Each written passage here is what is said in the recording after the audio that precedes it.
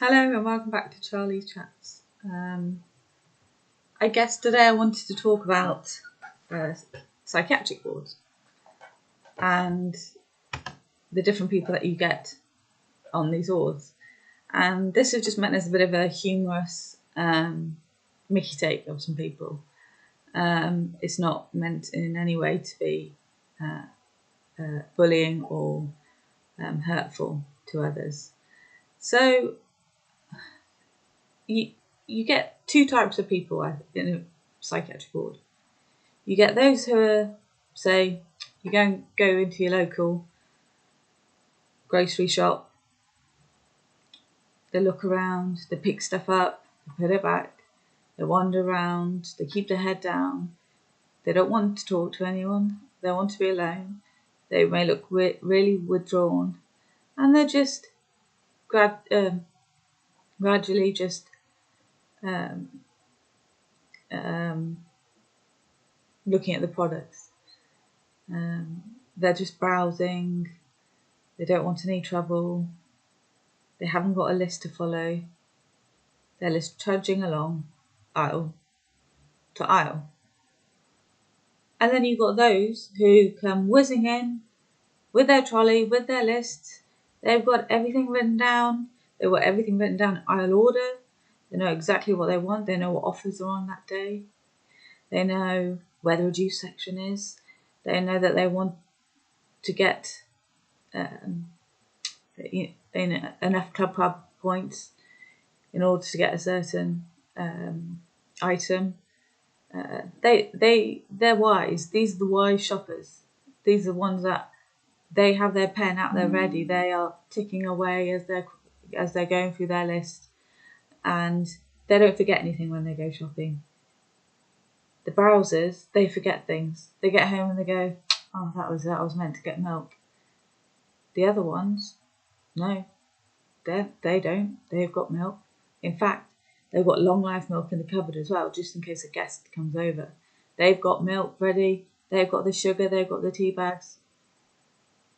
Poor wanderers might have a couple of tea bags here and there, but apart from that, they've gone in, bought the newspaper, and something really, really irrelevant to what they needed, like a dog chew. So those are like the people that you get in psychiatric wards. You get those who are chatting away, they seem to have loads of energy, they're wanting to do things, they're pacing up and down corridors, or they want to go for a cigarette, they want leave, they want to be able to go out, they want to do some shopping, or, life seems to be sunshine and rainbows. And then you get the browsing ones, who are the ones who are a bit sluggish, a bit slow. You can tell by the way that they walk, they're dragging their feet, or they're shuffling in their slippers. All they can think about is getting their decaf coffee for the day and can't really think past that unless they're reminded that, it's near lunchtime. So that's just a bit of a joke. And those of you who have been in psychiatric wards will understand perhaps a little better. One interesting thing that I have found is that Jesus exists in psychiatric wards. And I'm not joking. In every single ward, you will find Jesus. Great. If you're religious, you've just met the man. You have met the man. He's a legend and you met him. He's got the beard. He's got the sandals and the socks. He's chill, man. He's chill. He's bumming around looking for fag ends. The only time he speaks is when he wants a cigarette or a roll up. And then you watch him roll it like magic.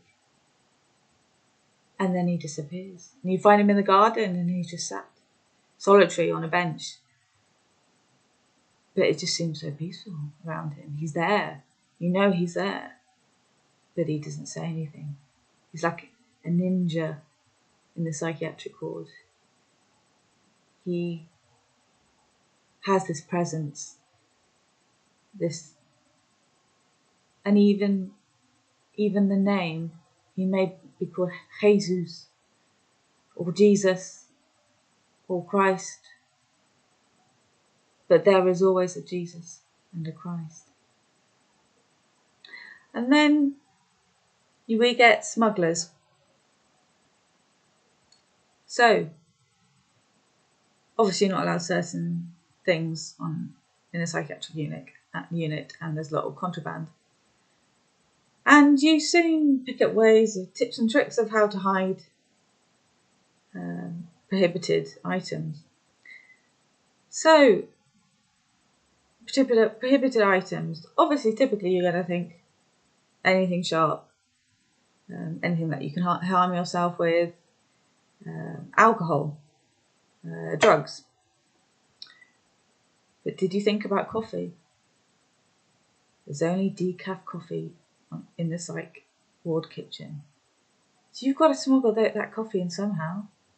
Even if it means getting those coffee bags, shoving them in your bra so they can't find them because they're not checking you physically. Except for some of them who expect you to stand like you do at the airports with your arms up by your sides like this, and then you will get patted down. So they'd find a little tin of nice, good quality coffee. So you've got to buy bags. And you have to put the coffee into the bag, then get rid of the tin. And then that looks really dodgy if somebody does find it, because it's not white, so it's not cocaine or anything. It's just this coffee colour. It's quite funny when you think about it. Smuggling in the small disposable vapes also in your bra. I'm sorry for the men. You might be caught out putting all of that stuff in your pockets, but unless the men do wear bras, who knows? And maybe it's a man bra or something. But anyway, you could imagine someone just inventing a t-shirt that's got a load of pockets inside that you can just put stuff in. Maybe that's already been done, but my imagination only stretched to my bra, and maybe my underwear at some point.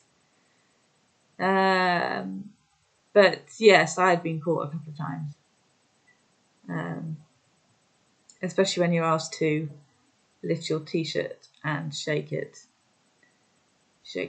When you're asked to lift your t-shirt and shake it, and out pops coffee, or out pops a disposable vape, or out pops something you shouldn't be using. And you're like, oh shit, I'm not very good at this. I don't want to do this job anymore. I just want to go back to my day job. I can't be a smuggler. So my future as a drug mill is over. I just can't do it. And lying, I am the worst person. I can't lie. I don't know if there are some of you who are like me. When you start looking really shifty and you're like, oh, no, I can't. And you say a lie and you go, oh no, I'm really sorry, I'm lying. It's not that. Or you sleep on it for a couple of nights, or you don't sleep. And then you have to just tell the person, because otherwise your mind's going to explode. And then you get those who can easily just lie through their teeth and then carry on as if nothing happened, and that it was all normal. But no, I'm just really bad at that. But I just wonder what your take was on Jesus, and whether you had a Jesus. Have you met a Jesus? Anyone? And any random items that you've managed to smuggle in? I'm trying to think of the most random thing, which I probably won't mention because it's something which is harmful, but it's something which is obviously easily visible, and I think you almost start, you start handing out, if you start handing out fags, you start handing out roll-ups, these people remember, they'll come back to you. They're like flies on poop. They'll just keep coming back for more, coming back for more. And that's why I don't like Jesus. Because he just buns fags off everyone. But just a note, I don't smoke anymore. Because of Jesus, basically. But tune in to another, I'm going to call them, I don't know, just funny psychiatric tales. So tune in my next video if you want to let me know what you thought of this one.